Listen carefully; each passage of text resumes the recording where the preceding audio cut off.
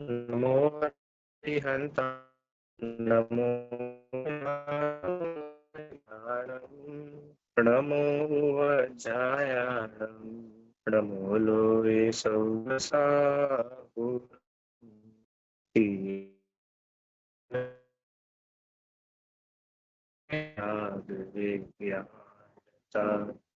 शिव स्वरूप शिव का नमः त्रियोग समापिके। आवाज नहीं आ रही क्या?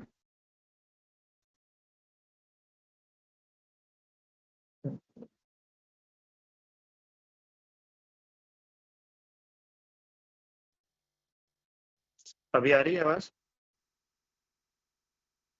ठीक।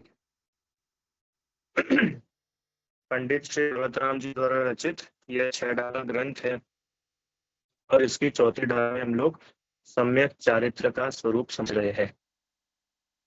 इसे कहते हैं सम्यक चारित्र कि दो कषाय चौकड़ी के अभाव में जो जीव के वीतरागता प्रकट हुई है वह वास्तव में चारित्र का अंश सम्यक चारित्र है।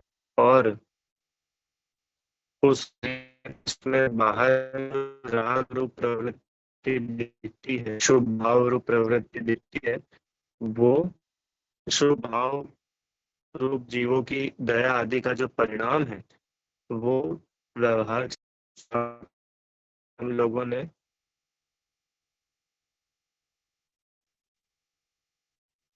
श्रावक के 12 व्रतों में हम लोगों ने अहिंसा अणुव्रत, सत्य अणुव्रत और अचौर्य अणुव्रत इन तीन की चर्चा अभी तक की है। अब आज अपन को चौथा जो है ब्रह्मचर्य अणुव्रत उसकी चर्चा प्रारंभ करनी है। चलिए शुरू करें। चंद पाठ एक बार कर लेते हैं।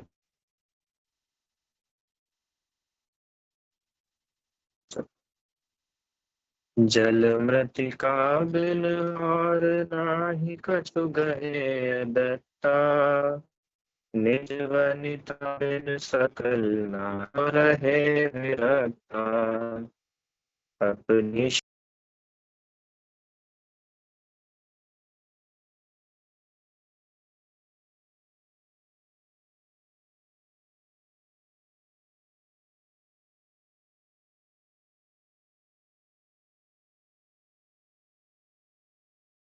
ऐसे सुनिए,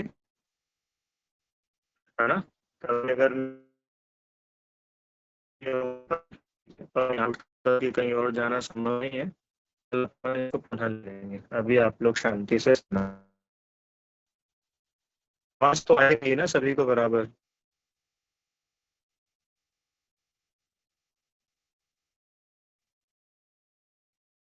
चलिए। दूसरी पंक्ति, दूसरी पंक्ति क्या है? ब्रह्मचर्य अणु इसे कहते हैं ब्रह्मचर्य अणु के देश पालन। अथवा इधर से देखे शील का त्याग व ब्रह्मचर्य अणुव्रत। ठीक है।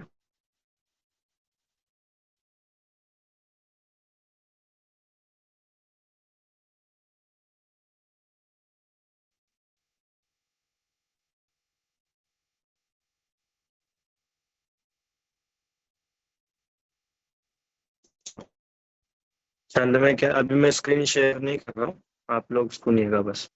छंद में क्या लिखा था? अपनी निर्वनिता बिन सकल नारी सो रहे विरक्ता। क्या अर्थ हुआ इसका? ब्रह्मचर्य का मतलब क्या होता है? कि निश्चय ब्रह्म, ब्रह्म प्लस चर्य। ब्रह्म माने आत्मा, अपनी आत्मा में चर्या करना, अपनी आत्मा में लीन था, इसका नाम है ब्रह्मचर्य। और व्यवहार ब्रह्मचर्य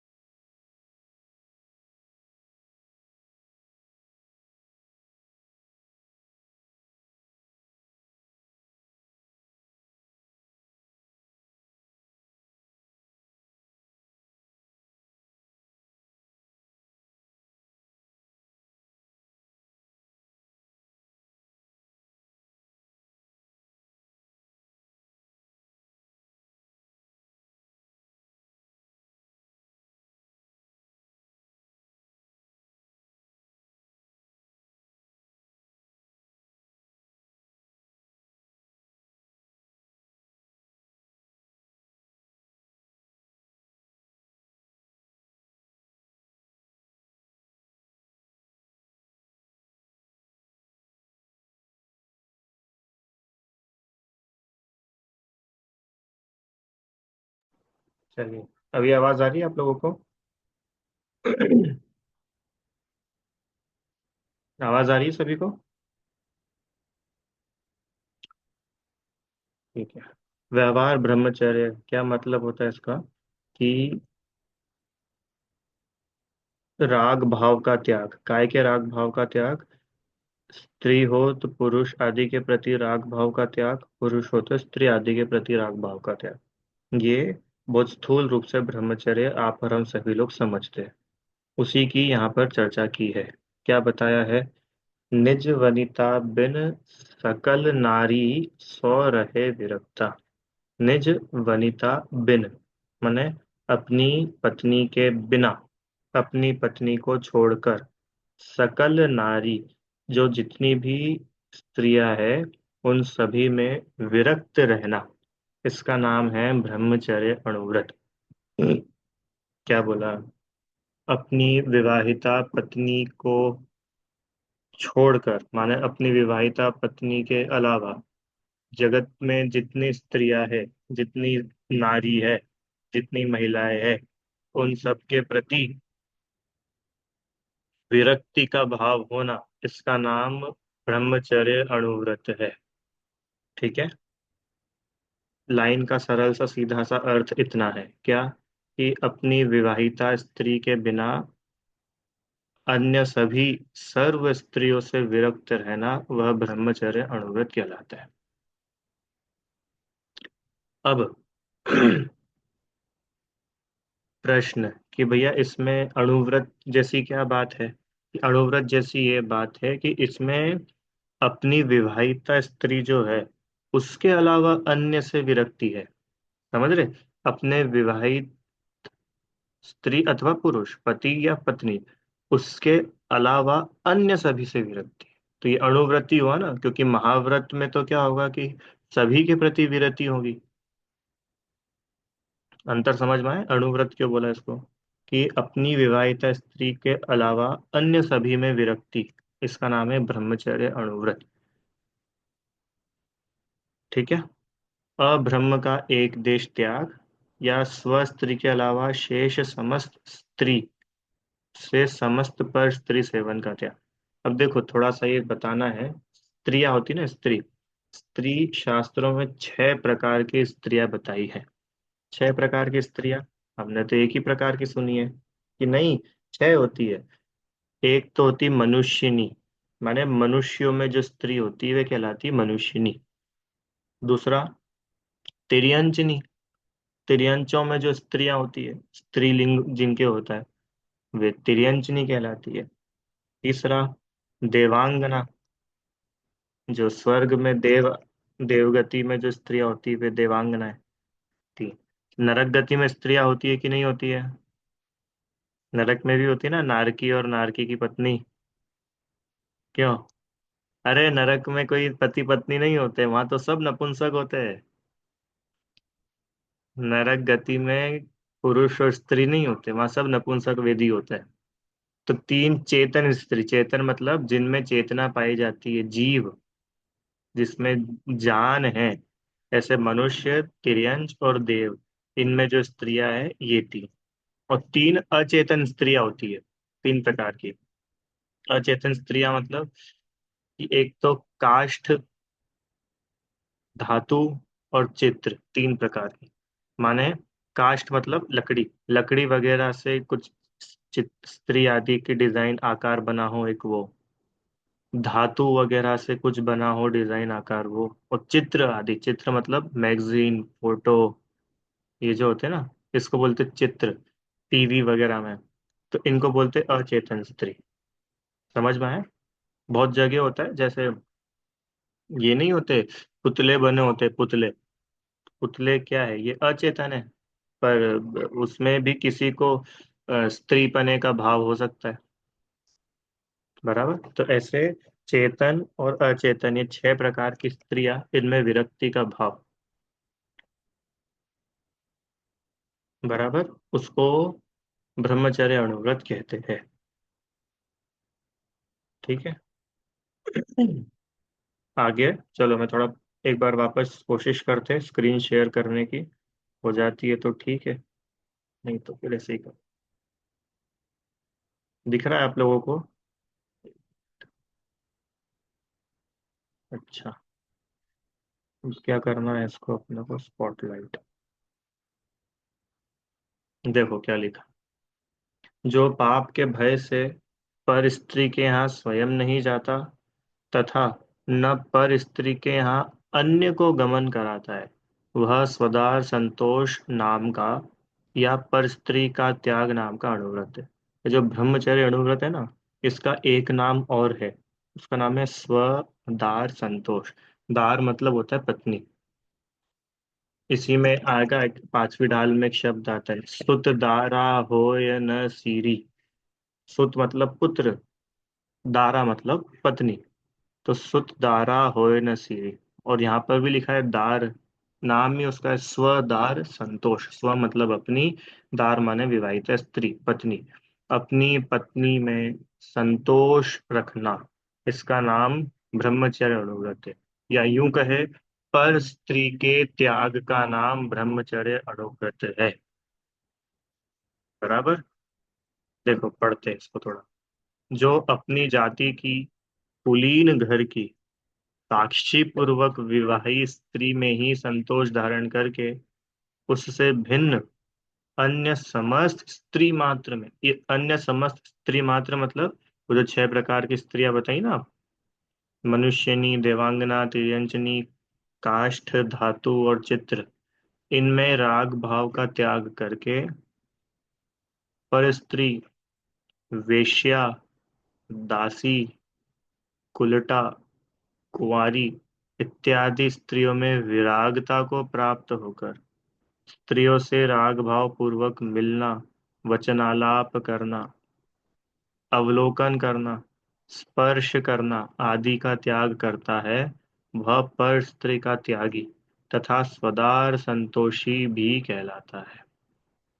आया क्या समझ में इसमें क्या क्या बातें ली? हम्म। कि जो अपनी जाति की, सबसे पहली बात, कि सबसे अपनी जाति की स्त्री हो। दूसरा, कुलीन घर की। तीसरा, साक्षी पूर्वक विवाही स्त्री में ही संतोष। ये है पत्नी की परिभाषा। क्या? संतोष धारण करके उससे भिन्न अन्य समस्त स्त्री मात्र में राग भाव, देखो कितनी बढ़िया बात लिखी, अन्य समस्त स्त्री भाव में राग भाव का त्याग करके। क्योंकि अन्य समस्त स्त्रियों का त्याग तो रहता ही है। मुख्य जो बंध होता है वो बंध तो परिणामों का होता है।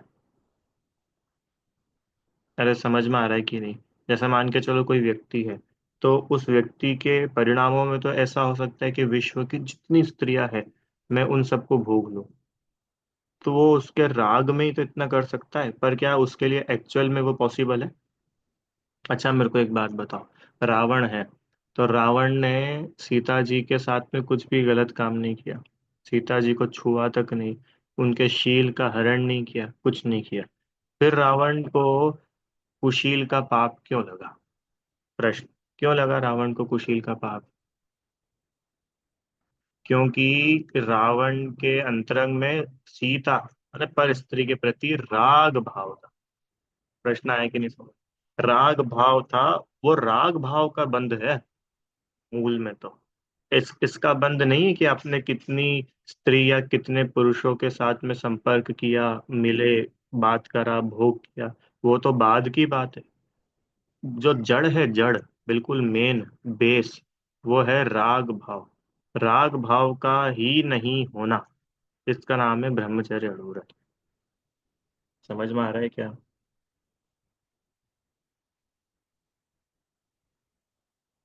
राग भाव का त्याग करना।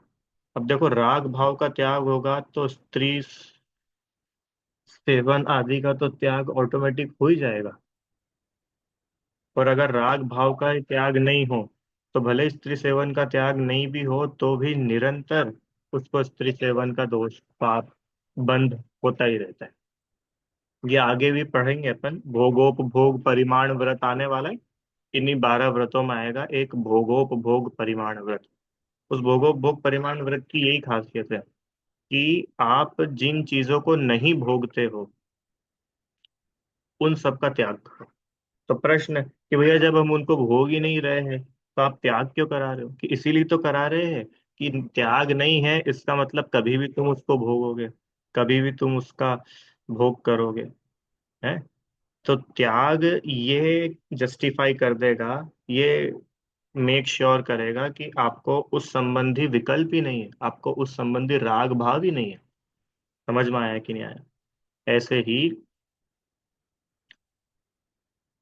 अपनी विवाहिता स्त्री से भिन्न अन्य समस्त स्त्री मात्र में राग भाव का त्याग, ये है ब्रह्मचर्य और व्रत। अब प्रश्न कि भैया अपनी विवाहिता स्त्री कितनी हो सकती है? अच्छा मेरे को बताओ, कोई ब्रह्मचर्य अणुव्रत हो किसी का तो उसकी कितनी पत्नियां हो सकती है? एक ही होगी भैया। एक से ज्यादा हो सकती कि नहीं हो सकती? आंटी, किसी के ब्रह्मचर्य अणुव्रत हो तो उसके एक से अधिक पत्नियां हो सकती है कि नहीं? कितने लोग बोलते हैं हाँ हो सकती है? एक, दो, और कोई है? नहीं। बाकी लोगों का क्या कहना है? कि भैया एक ही। अच्छा, और कोई ऐसा है कि भैया उसके तो पत्नी नहीं हो सकती है? ब्रह्मचर्य अणुव्रति के पत्नी हो सकती कि नहीं हो सकती? कि हो सकती है, बिल्कुल हो सकती है। देखो, समझना बात को। अभी दो कषाय के अभाव रूप जो परिणति है ना, तो दो कषाय के अभाव रूप परिणति में इतनी तो विरक्ति है कि पर स्त्री का त्याग है। पर स्व स्त्री में राग भाव का त्याग अभी नहीं हुआ। वो तो तीन कषाय चौकड़ी के अभाव रूप परिणति का नाम है कि स्व स्त्री में भी राग भाव का त्याग हो और उनको भी छोड़ करके जंगल चले जाए।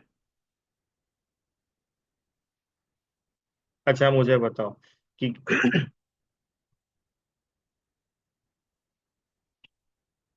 किसी अम, कोई व्यक्ति है, उसकी तीन शादियां हुई है।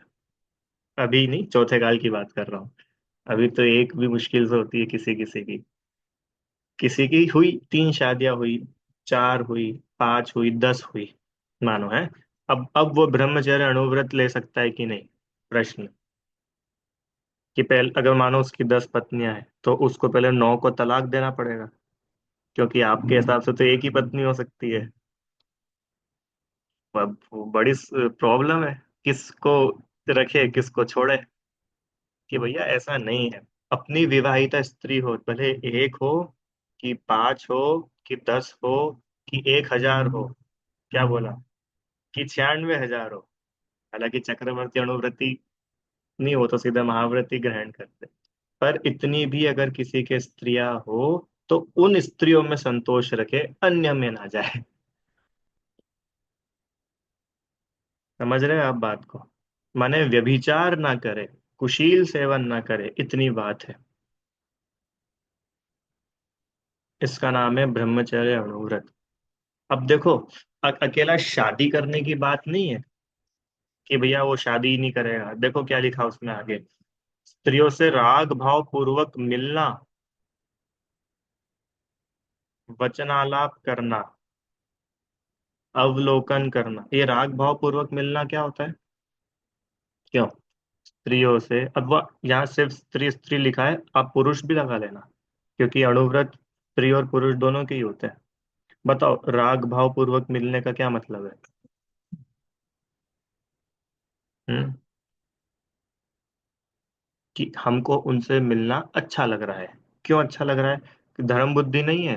कि देखो, एक तो होता है अपनी मम्मी से मिलना अच्छा लगना, एक होता है अपनी बहन से मिलना अच्छा लगना, और एक होता है किसी लड़की से मिलना अच्छा लगना। तीनों में, तीनों के अच्छे लगने में कोई डिफरेंस है कि नहीं है?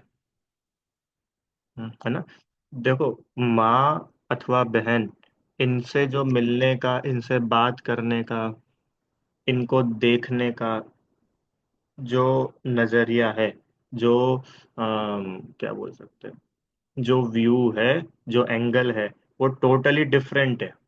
रीता आंटी, उसमें कोई काम भाव नहीं है, उसमें कोई राग नहीं है, उसमें कोई कुशील का भाव नहीं है, वासना नहीं है। पर पर स्त्री से राग भाव पूर्वक मिलने में वासना छुपी है, काम भाव है, बात करने में। अब देखो, बात इसलिए आप उन्होंने एक शब्द लिखा, राग भाव पूर्वक मिलना। अब मान के चलो कि कोई व्यक्ति है, उसका काम कॉल सेंटर का है। कॉल सेंटर समझते हो आप लोग? हाँ, कि भैया उसकी जॉब है, उसको सब लोगों को कॉल करना है कंपनी के बारे में जो भी है। अब उसको अगर ब्रह्मचर्य अनुवृत्ति है, तो प्रश्न है कि वो महिलाओं को कॉल करेगा कि नहीं करेगा? कि करेगा। राग भाव पूर्वक वचन आलाप नहीं करेगा। अब वो शब्द समझना, वो बहुत इंपॉर्टेंट शब्द है, राग भाव पूर्वक। काम वेद, काम भाव पूर्वक। कषाय अंदर में अभिप्राय में उसके उनके प्रति दुर्भाव नहीं होगा। समझ में आया? बहुत डेप्थ है इसकी, क्योंकि प्रैक्टिकल है ना ये, बिल्कुल अणुव्रत तो बिल्कुल प्रैक्टिकल चीज है। अब मुझे बताओ, एक और प्रश्न आपसे पूछते हैं। क्या कोई आ,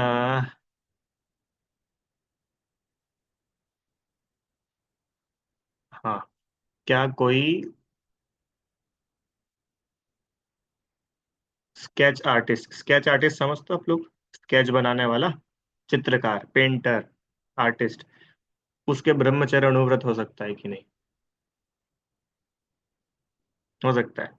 तब मान के चलो कि कोई लड़की है, और वो लड़की आए, भैया हमारी स्केच बना करके दो, तो बना के देगा कि नहीं देगा? कि बिल्कुल देगा। कैसी बना के देगा, सुंदर की खराब? कि जैसी है वैसी बना के देगा। सुंदर होगी तो सुंदर, जैसी होगी वैसी। आप समझ रहे? राग भाव पूर्वक नहीं देखेगा। अरे अब उसका काम है स्केच बनाने का, तो वो तो पहले देखेगा फिर ही बनाएगा ना, कि आंख बंद करके बनाएगा। ये एक उदाहरण मैं इसलिए दे रहा हूं कि हम उस शब्द को समझे। यहाँ पर एक बहुत इंपॉर्टेंट शब्द है, राग भाव पूर्वक। राग भाव पूर्वक अगर है, तो वो अणुव्रत में दोष है। और राग भाव पूर्वक नहीं है, तो उसमें कोई दोष नहीं है। स्पर्श करना। हाँ, बताओ, स्त्रियों को छूना चाहिए कि नहीं? पुरुषों को स्त्रियों को टच करना चाहिए कि नहीं? या स्त्रियों को पुरुषों को टच करना चाहिए कि नहीं? क्या लगता है आपको? वेरी सिंपल, आप लोग बोल सकते हो कि बिल्कुल नहीं करना चाहिए भैया। ये तो बोलेंगे अपन, नहीं करना चाहिए। पर एक करेक्शन करो इसमें। क्या है वो करेक्शन? राग भाव पूर्वक नहीं करना। क्योंकि देखो, अब डॉक्टर है मानो, क्योंकि प्रैक्टिकल बात है ना, अब कोई डॉक्टर है, अब वो डॉक्टर देखेगा कि नहीं देखेगा? कोई डॉक्टर ऑपरेशन करेगा कि नहीं करेगा? कोई नर्स है, वो नर्स कुछ ऑपरेशन, ट्रीटमेंट, फर्स्ट एड करेगी कि नहीं करेगी? बिल्कुल करेगी। तो उसको पाप लगेगा कि नहीं लगेगा? कुशील का। क्यों? डॉक्टर किसी महिला का हाथ पकड़ ले और उसकी कोई फोटो खींच ले, तो बताओ उस डॉक्टर की पिटाई होगी कि नहीं होगी? है, हमने देखा हमारी आंखों से। पर अपनी पत्नी का नहीं, पर स्त्री का हाथ पकड़ रखा था उसने। कि भैया हाथ पकड़ रखा था वो तो ठीक है, कहाँ पकड़ा था, क्यों पकड़ा था, किन के सामने पकड़ा था, वो तो बताओ। अरे वो डॉक्टर के अभिप्राय में कोई कुशील का भाव नहीं है, कोई दुराचार नहीं है, कोई व्यभिचार का भाव नहीं है। तो वो अगर किसी का हाथ भी पकड़ रहा है, तो उसको कुशील का पाप लग रहा है कि नहीं लग रहा? नहीं लग रहा। क्यों? क्योंकि राग भाव पूर्वक नहीं है। आया कि नहीं प्रश्न समझ में? इसलिए अपने को ये जो राग भाव पूर्वक अभिप्राय, राग भाव पूर्वक का मतलब अभिप्राय, इंटेंशन, इंटेंशन क्या है, ये बताएगा कि अणुव्रत का पालन हो रहा है अथवा नहीं हो रहा है। समझ में आया क्या? इसको ब्रह्मचर्य अणुव्रत कहते हैं। देखो, अब इसके कुछ बिंदु आप लोग को यहाँ से पढ़ाते हैं। अब ये जो ब्रह्मचर्य अणुव्रत है, ये ब्रह्मचर्य अणुव्रत का दृढ़ता से, भली प्रकार से पालन हो, इसके लिए शील की 9 बाण का पालन किया जाता है। जिससे इस ब्रह्मचर्य अनुव्रत में दोष नहीं लगे। 9 बाण। बाण होती है ना, बाढ़। बाढ़ नहीं, बाढ़। खेत के आगे बाढ़ लगाते हैं। क्यों? कि भाई कोई गाय वगैरह नहीं घुस जाए, फसल खराब नहीं कर दे, इसके लिए बाढ़। बाउंड्री वॉल लगाते ना चारों ओर, उसकी रक्षा के लिए। ऐसे ही आत्मा की रक्षा के लिए, आत्मा रूपी खेत में उत्पन्न हुए अतीन्द्रिय आनंदमय ब्रह्मचर्य रूपी फसल। जैसे खेत में कोई फसल हुई, तो उस फसल की रक्षा के लिए बाण लगा देते हैं। ऐसे ही आत्मा में अतीन्द्रिय आनंदमय ब्रह्मचर्य प्रकट हुआ। ब्रह्मचर्य नाम ही आनंद का है। आत्मा के आनंद का नाम है ब्रह्मचर्य। तो इस ब्रह्मचर्य अथवा इस आनंद की हत्या ना हो जाए, इस आनंद की रक्षा हो, इसके लिए शील की 9 बाण पाली जाती है। आप में से किसी ने शील की 9 बाण के बारे में पहले सुना है?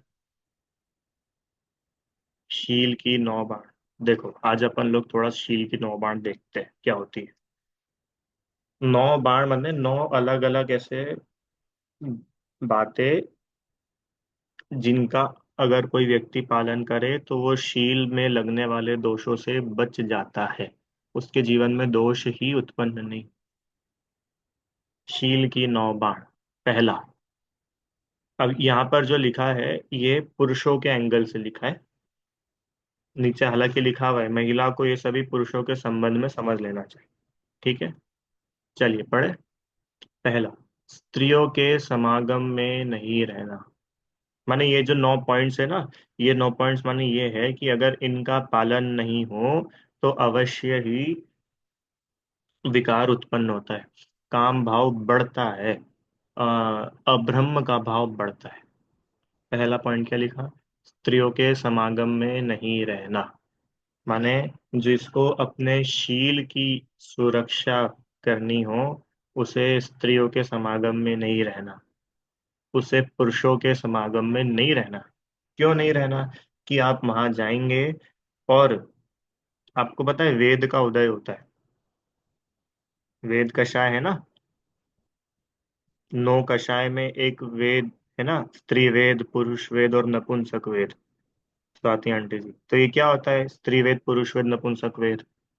स्त्री वेद का उदय माने पुरुषों के प्रति आकर्षण का भाव, ये स्त्री वेद का उदय कहलाता है। पुरुष वेद का उदय माने स्त्रियों के प्रति आकर्षण का भाव। समझ में आया? तो ये तो है ही, माने किसी को अगर पुरुष वेद का उदय है तो उसको नेचुरली स्त्रियों के प्रति अट्रैक्शन होगा ही होगा, क्योंकि वो कषाय का, वो कर्म का काम ही ऐसा है। जैसे किसी को क्षुधा वेदनी कर्म का उदय है, तो उसको भूख लगेगी। आया कि नहीं समझ में? क्योंकि वो कर्म का रोल है वो।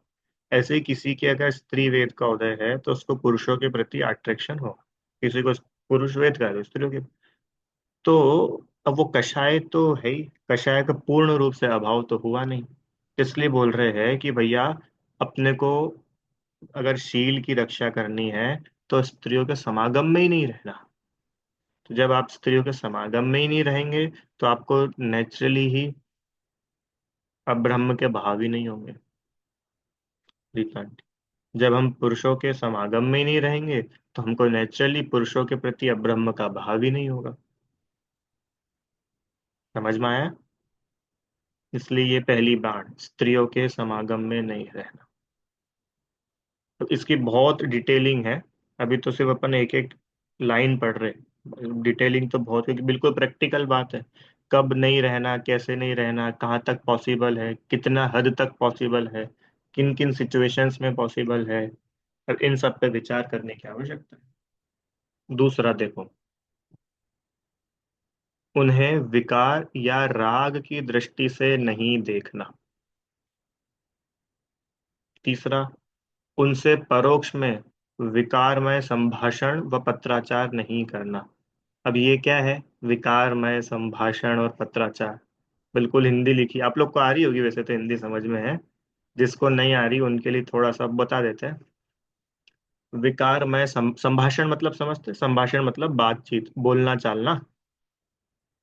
तो उनसे परोक्ष में, प्रत्यक्ष में तो समागम में रहना ही नहीं, जितनी प्रयोजन हो मात्र बहुत सीमित शब्दों में उतनी बातें कर लेना। और परोक्ष में भी ऐसे बातचीत नहीं करना जिससे विकार पैदा हो, काम भाव पैदा हो। समझ में आ रहा है? तो भैया परोक्ष में कैसे बात, लिखा ना आगे पत्राचार। अब आजकल पत्राचार तो कोई करता नहीं है, सारे पोस्ट ऑफिस खाली पड़े हैं भारत के। तो पत्राचार अब नहीं होता, तो अब क्या होता है कि अब टेक्स्ट होता है, मैसेजेस होते हैं, व्हाट्सएप होता है, फेसबुक होता है, और इंस्टाग्राम होता है, स्नैपचैट होता है। तो क्या करते हैं इस पर, कि इस पर चैटिंग करते हैं। सरल भाषा में बोले तो चैट करना, उसको बोलते हैं परोक्ष संभाषण हिंदी में चैटिंग को। तो ऐसी बातें, ऐसे चैट, ऐसे कॉल्स, ऐसी बातें नहीं करना जिनसे विकार हो। और पता है, अपने को ऐसा लगता है कि अरे हम वो बात थोड़ी ना कर रहे, हम तो वो ऐसी बात करेंगे तो लगेगा कि ये इन्होंने कुशील का करा, या क्या बोलते हैं इसको, अब्रह्म का भाव किया है। अरे वो बात तो बहुत बाद में होती है, पर वो जो अभिप्राय, जिस अभिप्राय से बातचीत हो रही है, हाय हेलो जय जिनेन्द्र आप कैसे हो, हम अच्छे हैं, ये जो हो रहा है ये भी उसी अभिप्राय से हो रहा है। कहीं ना कहीं वो अभिप्राय बैठा ही रहता है। अब देखना बारीकी से। इसके लिए आचार्य देव ने ये बिल्कुल बाण दिए कि बात ही नहीं करना, छुट्टी। तो भैया ऐसे तो आप हमको बहुत कंट्रोल कर रहे हो, कि यहाँ से आपको लगेगा कि कंट्रोल किया जा रहा है पर ये एक्चुअली हम नेगेटिव साइड से पढ़ रहे हैं। आप उसका पॉजिटिव देखो ना। अरे जिस व्यक्ति को आत्मा का आनंद होगा, अभी मैं वो स्वाध्याय कर रहा था आत्मानुशासन जी का, इतना गजब है इसमें। जिस जीव को आत्मा का आनंद होगा, वो क्यों आत्मा की हत्या करेगा?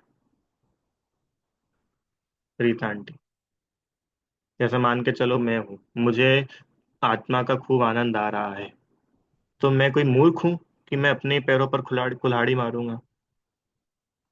और ये पक्की बात है कि जो ये शील की नौ बाण तोड़ेगा, वो पक्के में दुर्गति जाएगा। दुर्गति जाएगा, इसको और सरल करो, आत्मा से दूर हो जाएगा। आत्मा से दूर होगा तो दुर्गति तो जाएगा ही। तीन। चौथा, पूर्व में भोगे हुए भोगों का स्मरण नहीं करना। पूर्व में कि भैया पहले तो हम इतने भोग भोगते थे, हमारा भी जमाना था, क्यों? एक समय तो हम भी, जब हम गली से निकल जाते थे तो भैया सब हमें हमारी एक झलक पाने के लिए आ जाते थे कि भैया ये पूर्व में भोगे भोग, उनको रखो एक तरफ। क्यों? क्योंकि अब वे भोग नहीं है, पर उनका स्मरण आपको निरंतर आश्रव बंद करा है। तो पता है इतना व्यवस्थित इनका सिस्टम है, पूरा कर्णानुयोग चलता है। आप वर्तमान में जैसे भाव करेंगे, आपको भविष्य में वैसा संयोग मिलेंगे ही मिलेंगे। बिल्कुल प्रैक्टिकल है, आप लोगों ने भी इसको अनुभव किया होगा। इसके लिए पूर्व में भोगे भोगों का स्मरण नहीं करना। प्रश्न, कि भैया हम तो नहीं कर रहे, पर कभी अगर ऐसे भोग आ जाए ख्याल में तो? अब कोई मन पर कोई कंट्रोल है क्या? एकदम से आ गए हम, बैठे भैया माला फेरने ही बैठे रहे एग्जाम्पल, और हमको आ गए जो हमने भोग भोगे थे उनका स्मरण। तो क्या करे, कि अगर आ जावे तो भेद विज्ञान करना, बुद्धि पूर्वक लग लग कर करके ऐसे काम नहीं करना जिससे शील में दोष होवे। बराबर। और अगर शील के बारे में देखना पढ़ना सुनना हो तो अब सतियों का पुराण को पढ़िए, सतियों की गाथाएं पढ़िए। सीता सती, अंजना सती, अनंतमती, क्या गजब कैरेक्टर है। पर आजकल ये आदर्श थोड़ी है, तो आजकल आदर्श बदल गए। माने समस्या ये है कि हमने हमारे आदर्श ही गलत बना रखे हैं। कौन है हमारे आदर्श? हमारे आदर्श वो है जो पैसों के लिए कहीं भी बिक जाते हैं, वो हमारे आदर्श है। हमारे आदर्श वे है जो, जिनको कोई मर्यादा ही नहीं है, कौन बेटा, कौन पति, कौन पिता, कौन परिवार, कुछ नहीं। अभी आपको सुन करके शायद ऐसा लग सकता है कि भैया आप तो बहुत ऑर्थोडॉक्स हो, आप तो बहुत बिल्कुल पुराने जमाने जैसी बात कर रहे हो। अब ये दिस इज मॉडर्न वर्ल्ड, ये मॉडर्न इंडिया है, यहाँ पर तो ये सब नॉर्मल है। कि नहीं, नॉर्मल बनाया जा रहा है, पर ये वास्तव में नॉर्मल नहीं है। पता है क्यों नहीं है नॉर्मल? नॉर्मल इसलिए नहीं है क्योंकि इसका फल एबनॉर्मल है। और इसका फल एबनॉर्मल है तो ये कैसा नॉर्मल हो? अभी मैं यहाँ मुंबई में हूँ कुछ दिनों से, तो यहाँ पर ये चीज बहुत कॉमन है। इंदौर में नहीं थी इतनी, यहाँ पर तो बहुत ही कॉमन है। माने कॉलेज जा रहे हैं बच्चे या कहीं भी है तो बिल्कुल बहुत, मैंने कोई मर्यादा नहीं शील की, बिल्कुल छोटे कपड़े पहन कर जा रहे हैं और सब टाइप के। तो अब लोग बोल सकते कि यार ये तो बहुत नॉर्मल है, इसमें क्या बड़ी बात है, हमारे यहाँ तो ये चलता है। और अपन यहाँ की ही क्यों बात करें? अमेरिका और उधर तो बिल्कुल ही नॉर्मल है। हम्म। तो प्रश्न, तो भैया फिर अब ऐसा है तो, कि अगर ऐसा है, दुनिया ने भले ही उसको नॉर्मल बोला हो, तो अपने चित्त में ये क्लियर होना चाहिए कि ये नॉर्मल नहीं है। नॉर्मल और एबनॉर्मल का मतलब समझ लो। नॉर्मल मतलब वो नहीं है कि जिसको पूरी दुनिया ने एक्सेप्ट कर लिया हो वो नॉर्मल, और जिसको पूरी दुनिया ने एक्सेप्ट नहीं किया हुआ। नॉर्मल मतलब जो प्राकृतिक हो। नॉर्मल मतलब जिससे हमारे कल्चर की, हमारी संस्कृति की रक्षा हो। मनोरमा आंटी जी, वो है नॉर्मल। समझ में आया? पूरे कपड़े पहनना है नॉर्मल, छोटे कपड़े पहनना है एबनॉर्मल। भले ही 1 लाख लोग छोटे पहने और एक पूरे पहने, काउंट से फर्क नहीं पड़ता कि ज्यादा लोग क्या कर रहे हैं इसलिए वो नॉर्मल है या एबनॉर्मल। समझ में आया? पूर्व में भोगे हुए भोगों का स्मरण नहीं करना। चौथा, कामोत्पादक गरिष्ठ भोजन नहीं करना। गरिष्ठ भोजन माने, गरिष्ठ मतलब समझते हैं आप लोग? बिल्कुल हैवी भोजन। हम्म, जिससे प्रमाद बढ़ता हो, जिससे आलस बढ़ता हो, ऐसा भोजन, जिससे नींद आती हो। क्या होते हैं ऐसे, कुछ उदाहरण दोगे आप कुछ ऐसे भोजन के? हम्म। घी, बादाम, और बहुत चीजें होती है, दालें हैं, ये सब गरिष्ठ कहलाते हैं। तला हुआ, रड़ा हुआ दूध, रड़ा हुआ दूध बोलते हो आप लोग, क्या बोलते हो? है ना, गरम किया हुआ, मलाई वाला, ये सब गरिष्ठ भोजन कहलाते हैं। तो भैया ऐसा भोजन नहीं करना क्या? कि तुम्हारी पचाने की शक्ति हो तो बिल्कुल करना, और पचाने की शक्ति नहीं हो तो भूल कर भी मत करना। क्यों? क्योंकि ये भोजन काम वासना को बढ़ाने वाले होते हैं। आपको मालूम उपवास किए जाते, तो उपवास क्यों किए जाते हैं? जैनों में ही नहीं, अन्य लोग भी करते हैं। उसका एक कारण है, ब्रह्मचर्य की रक्षा के लिए उपवास किए जाते हैं। सच्ची, ब्रह्मचर्य निर्दोष पलता रहे इसके लिए उपवास करते हैं। क्योंकि शरीर जितना पुष्ट रहेगा, उतने काम भाव ज्यादा प्रकट उत्पन्न होते हैं। और शरीर जितना शिथिल रहेगा, उतने काम भाव कम प्रकट होते हैं। और वो बायोलॉजिकल ऐसा ही है वो सिस्टम उसका। इसलिए ऐसा भोजन नहीं करना। आगे चलो। कामोत्पादक साज श्रृंगार नहीं करना। ऐसा साज श्रृंगार माने डेकोरेशन, मेकअप, मेकअप। ऐसा मेकअप नहीं करना, कैसा?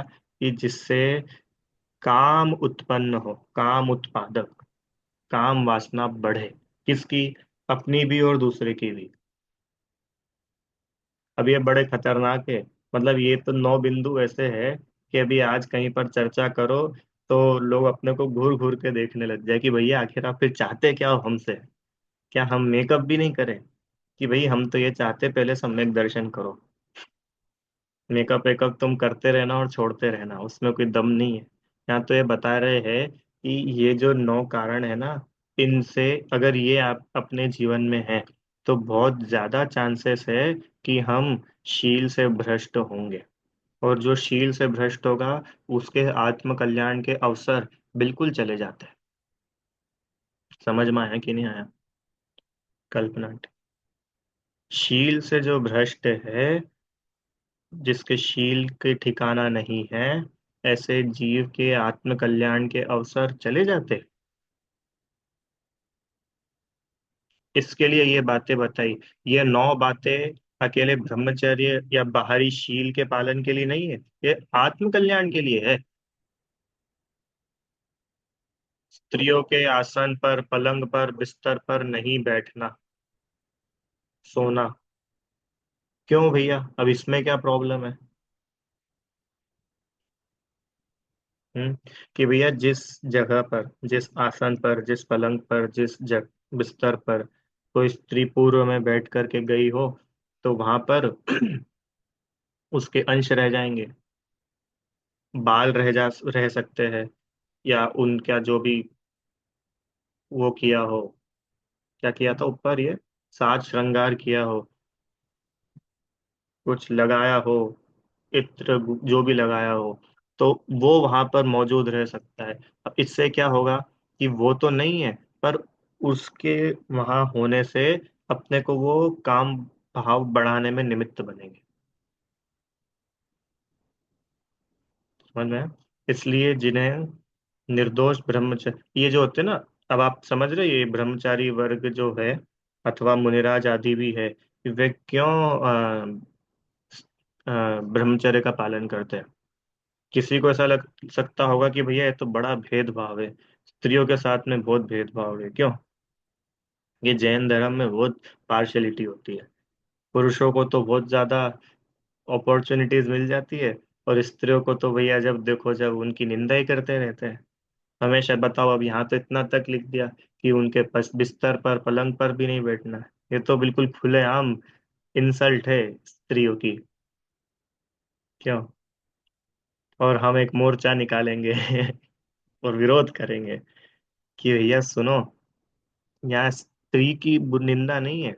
ये जो स्त्री भाव है, स्त्री भाव माने वो जो आ, उस पर्याय की ऐसी योग्यता है कि उसमें ऐसा कार्य पाया जाता है।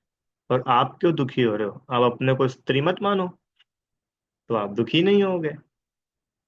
सरल सा उपाय ये है। पर ये देखो, जो मर्यादाएं है वे तो मर्यादा है ही सही, और होनी भी चाहिए।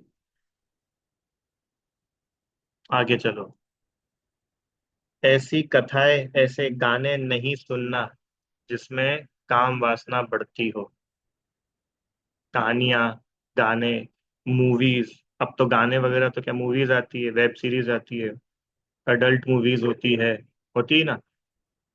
ऐसी चीजें जो है ये शील की हत्या करती है। कभी ऐसी चीजें नहीं देखना, सुनना, पढ़ना। और अंतिम, भूख से कुछ कम भोजन करना। ठीक है? ये शील की 9 बाण है। और जो इन शील की 9 बाणों का व्यवस्थित ईमानदारी से पालन करता है, उसके बाहरी ब्रह्मचर्य बहुत व्यवस्थित पलता है। और जिसके बाहरी ब्रह्मचर्य व्यवस्थित पलता है, उसके आत्मा का आनंद भी उत्तरोत्तर वृद्धि को प्राप्त होता है। समझ में? अभी जो शील के 9 बाण है ना, ये मनुष्यों की अपेक्षा ही है, तिर्यंच आदि में नहीं। ये एक्चुअली जो पूरे ही जो 12 व्रत है, ये मुख्य रूप से जो यहाँ पर बताए वो मनुष्यों की अपेक्षा ही बताए। अच्छा, नारकियों और देवों में तो होते नहीं ये व्रत आदि, उनके तो अधिक से अधिक होगा तो चौथा ही गुण स्थान होगा। तिर्यंचों में जरूर व्रत होते हैं, पर वे तिर्यंचों के योग्य होते हैं। और यहाँ जो अपन चर्चा कर रहे हैं, ये मनुष्य के योग्य जो व्रत आदि होते हैं, वो किस प्रकार होते हैं, उसकी चर्चा अपन ने यहाँ पे की। ठीक है? अब प्रश्न है कि भैया ये सब तो उनके लिए है, किनके लिए? कि जिनके ब्रह्मचर्य अणुव्रत है। क्यों? हम क्या करें इन सब का? हमारे थोड़ी है, जब हमारे होगा तब हम करेंगे। प्रश्न आया कि नहीं समझ में? कि हमारा तो है ही नहीं ना ये, हमारा जब होगा तब हम करेंगे कि नहीं, बात वो नहीं है। ये 9 बाण तो वो बताई है कि जिसके दो कषाय चौकड़ी का अभाव है, उसके सहज ही इतनी विरक्तता वैराग्य अंतरंग में होता है कि उसके शील की पालन होती ही होती है। पर अगर हम और आप भी शील का पालन करना चाहते हैं तो हमारे लिए ये 9 पॉइंट्स है। आप इसका अभ्यास करके देखिए। और मूल में तो शील क्या है? मूल में तो ब्रह्म स्वरूप आत्मा में लीनता व ब्रह्मचर्य है। ठीक है। इस प्रकार से ये ब्रह्मचर्य अणुव्रत का संक्षेप में अपन ने स्वरूप समझा। भी किसी को कुछ प्रश्न हो तो आप पूछ।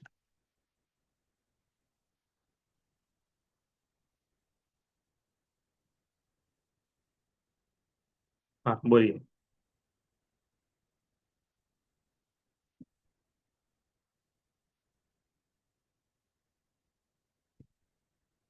प्रश्न है आपको कल्पना आंटी जी? नहीं है, अच्छा। ठीक है। किसी को प्रश्न नहीं है? जिनवाणी है किसी को भैया? जिनवाणी स्तुति।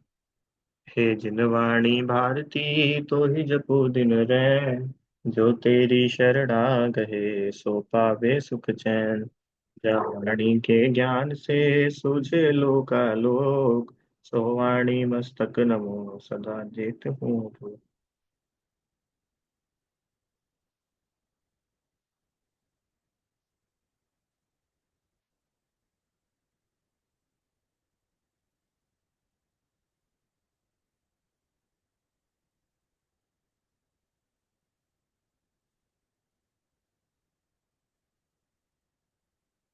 जय बोलिए द्वादशांग में जिनवाणी माता की जय हो। महान जैन धर्म की जय जिनेन्द्र। जय जवान।